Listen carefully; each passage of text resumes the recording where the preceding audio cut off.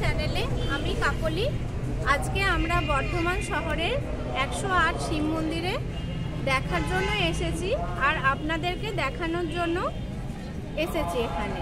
তো আমরা এখন মেন গেটের সামনে বাইরেটাই দাঁড়িয়ে আছি। এরপর আমরা ভেতরে যাব এই সামনের এই গেট দিয়ে। ভেতরে গিয়ে মন্দিরগুলো আর ভেতরে আর কি আছে সমস্ত কিছুই আপনাদেরকে দেখাবো আমার ভিডিওতে। তো আপনারা দেখতে থাকুন। এটি হলো মূল মন্দিরের গেট। মূল মন্দিরের সামনেই দেখুন, দেখতে পাওয়া যাচ্ছে বোর্ডে লেখা আছে জুতো রাখার জায়গা ও বাথরুম।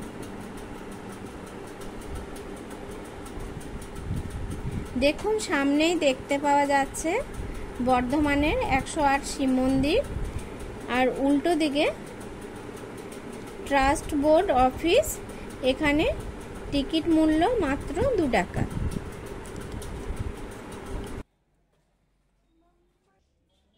এখানে টিকিট কেটে আমরা পাশেই জুতো রাখার র্যাক আছে, সেখানে জুতো রেখে দিলাম। তারপর জলের ট্যাপে হাত ধুয়ে নিয়ে আমরা মন্দিরের ভেতরে প্রবেশ করব।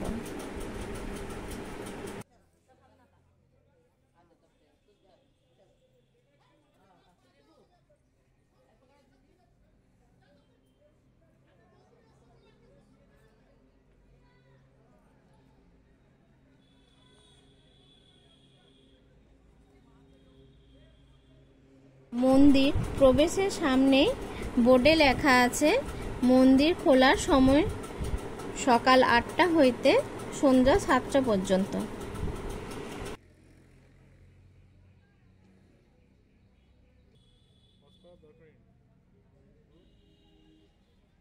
মূল মন্দিরে প্রবেশ করলে দেখতে পাবেন 108টি শিব মন্দির। এই শিব মন্দিরের কাছেই রয়েছে আরও একটি শিব মন্দির, অর্থাৎ মোট 109টি শিব মন্দির। শিব মন্দিরের গায়ে রয়েছে সামান্য টেরাকোটার কাজ। শ্রাবণ মাসে আর শিবরাত্রির সময় বহু পুণ্যার্থী এখানে আসেন পুজো দিতে।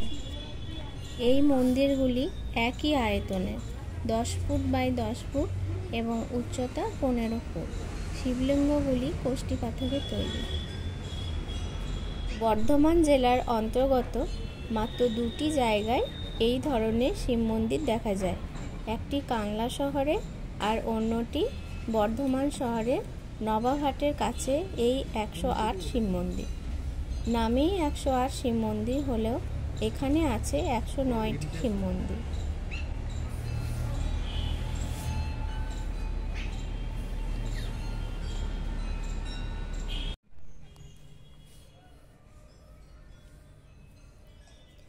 মন্দিরের মাঝে আছে একটি পুষ্করিণী, যার চারিদিকে মালার মতো সজ্জিত আছে এই মন্দিরগুলি।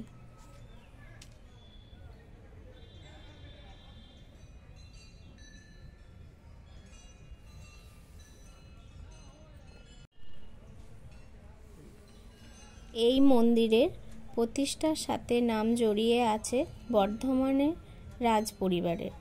প্রায় 236 বছর আগে বর্ধমানের পাশে এই নবাবহাট এলাকায় শুরু হয় এক ভয়ঙ্কর মহামারী। এই মহামারীর সময় অনেক মানুষের মৃত্যু হয়।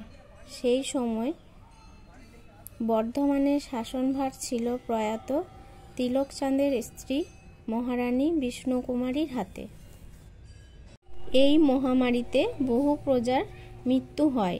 এই দেখে মহারানীর মন কেঁদে ওঠে। তখন তিনি সিদ্ধান্ত নেন প্রজাদের মনে ঈশ্বরের প্রতি ভক্তি জাগিয়ে তাদের এই কঠিন শোক থেকে মুক্ত করবেন। তখন থেকেই শুরু হয় এই 108 শিব মন্দিরের কাজ। 1788 থেকে কাজ শুরু হয় আর 1790 সালে এই মন্দিরের কাজ শেষ হয়।